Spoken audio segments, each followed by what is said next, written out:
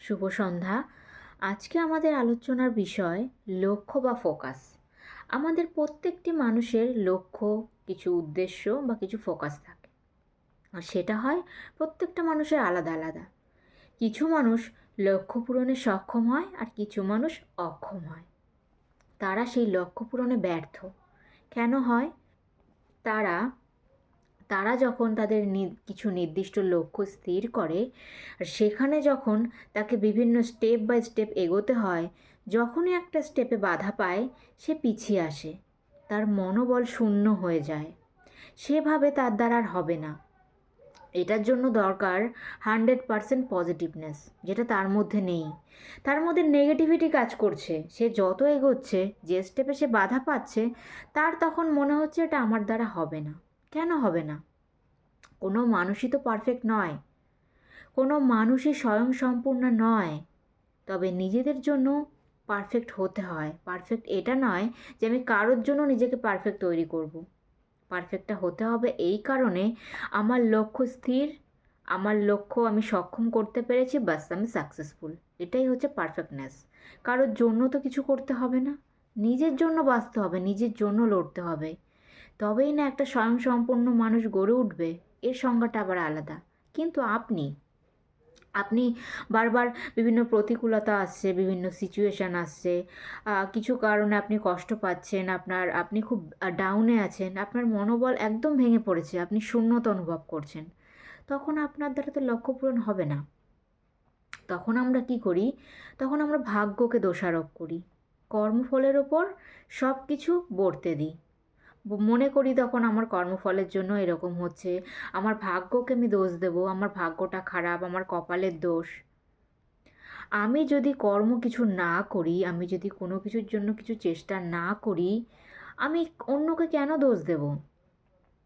হ্যাঁ, এটা হতে পারে আপনি হাজারবার চেষ্টা করছেন, হচ্ছে না। চেষ্টা করেই যাচ্ছেন, আপনি বহু বছর ধরে চেষ্টা করছেন, তাও হচ্ছে না। তখন আপনার কাছে একটা সুযোগ আসবে যে কাউকে দোষারোপ করার। দোষারোপ ইন দ্য সেন্স, তখন আপনি কিছু বলতে পারেন যে হ্যাঁ, আমি তো অনেক চেষ্টা করেছি কিন্তু হচ্ছে না। কিন্তু তার মানে এটা নয় আপনি 2 বার 20 বার চেষ্টা করলেন, হলো না, আপনি বললেন আপনার কপালের দোষ। কপালটা কী জিনিস? আমি যদি কিছু কর্ম না করি, তো কপালটা কোত্থেকে আসবে? আমি সব সময় অন্যের ওপর দোষ দেব, আমি সব সময় কপাল, ভাগ্য এগুলো নিয়েই আমি সব সময় নাড়াচাড়া করব, সেটা তো হবে না। এদিকে আমি কিছু করছি না, আমাকে কিছু করতে হবে। আমার লক্ষ্যটাকে স্থির রাখতে হবে দিনের পর দিন, সেটাই থাকবে আমার ধ্যান জ্ঞান। আমার খাওয়া দাওয়া, কে কোথায় আসছে যাচ্ছে ঘুরছে, এদিকে তাল দিলে আমার চলবে না। আমাকে লক্ষ্য স্থির করে আমাকে ঠিক লক্ষ্যে গোল দিতে হবে।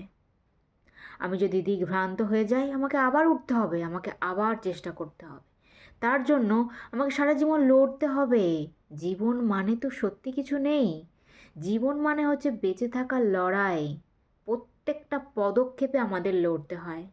দেখুন না, আমরা যখন জন্মগ্রহণ করেছি, আমরা প্রত্যেকেই পৃথিবীতে এসেছি। যারা পৃথিবীতে এসেছি তারা কিন্তু লড়েই এসেছি, হাজার হাজার ভাই বোনদের সাথে লড়াই করে এসেছি। তখনও কিন্তু আমাদের সেই লড়াইটা বা সেই সংগ্রামটাও কিন্তু আমাদের খুব সহজ ছিল না। আমাদের কঠিন পরিস্থিতির মধ্য দিয়ে লড়তে হয়েছিল। যখন পৃথিবীতে এলাম, যখন পৃথিবীর আলো দেখলাম, তখন তখন আমাদের লড়তে হচ্ছে কেমন? ভাই বোন থাকলে খাওয়া দাওয়া, পোশাক পরিচ্ছদ নিয়ে একটু লড়াই, কম্পিটিশান, পরীক্ষার হলে গিয়ে কম্পিটিশান, ক্লাসে ওঠার সময় কম্পিটিশান, আঁকা, গান, নাচ, আবৃত্তি, যেখানে যাই সেখানেই কম্পিটিশান। তার মানে লড়তে আমাকে সব জায়গাতেই হচ্ছে। বাসে উঠছি, যে আগে পাচ্ছে সিট আগে বসছে, সেও তো লড়েই সিটটা পাচ্ছে। সব ক্ষেত্রে তাই, আমাদের লড়তে হবে। শুধু আমি সিট আছে সামনে, আমি ভাবলাম ঠিক আছে যাব, আসতে যাব, পরে বসবো, সিটটা কি আমার জন্য ফাঁকা থাকবে? কখনোই না।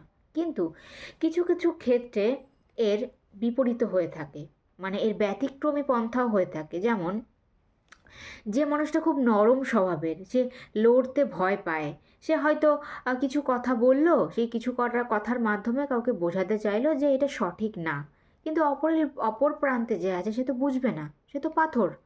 আপনি পাথরে জল ঢেলেই যাচ্ছেন ঢেলেই যাচ্ছেন, পাথরে কি কোনো পরিবর্তন হবে? পাথরে জল ঢালছেন, আপনার জল শেষ হচ্ছে, এদিকে সময়ের অপচয় হচ্ছে। এটা আবার অন্য জিনিস। এখানে আপনাকে আবার এর কোনো ব্যতিক্রমী পন্থা দেখতে হবে। এদিকে হচ্ছেন, আমি অন্য ওয়ে দেখব। যদি দরকার হয় আমি তাকে ছাড়বো, তাকে ছেড়ে আমি অন্য বাসে উঠবো। এটা আর একটা জিনিস। কিন্তু আমার লক্ষ্য স্থির রাখতে হবে। লক্ষ্য স্থির না থাকলে কোনো কিছুই সম্ভব না। সব কিছুরই একটা গোল থাকে, একটা নির্দিষ্ট সার্কেল থাকে। আমি পৃথিবীতে এলাম, আমার টার্গেট থাকবে আমি এতদূর পড়াশোনা করব, আমি এটা নিয়ে পড়ব, তারপর আমি এই টাইমে বিয়ে করব, সেটেল হব, বেবি নেব, তারপর তাদের কেরিয়ার ভাববো। আমার কেরিয়ার ডেফিনেটলি আমি আগে ভাববো। এই যে একটা সার্কুলেশন, এটা না থাকলে আমরা বারবার ভেঙে পড়ি। আপনি, আমি, প্রত্যেকে যদি আমাদের একটা গোল নির্দিষ্ট না থাকে, আমরা না দিনের পর দিন এগোতে পারি না। দিনের পর দিন মনে হয় কিছু হচ্ছে না আমার দ্বারা, থাক কিছু করবো না, একটু শুয়ে বসে কাটাই। এই করে করে আপনার হাত থেকে কিন্তু দিনের পর দিন একটা একটা করে দিন কমে যাচ্ছে। আর আপনার পৃথিবীতে থাকার দিন কমছে। আপনার বয়স বাড়ছে কিন্তু থাকার দিন কমছে। তাই নিজের লক্ষ্য পূরণ করুন আর নিজের উদ্দেশ্য ঠিক রাখুন। এই কর্মফল ভাগ্যকে না দোষারোপ করলেও চলবে। ধন্যবাদ।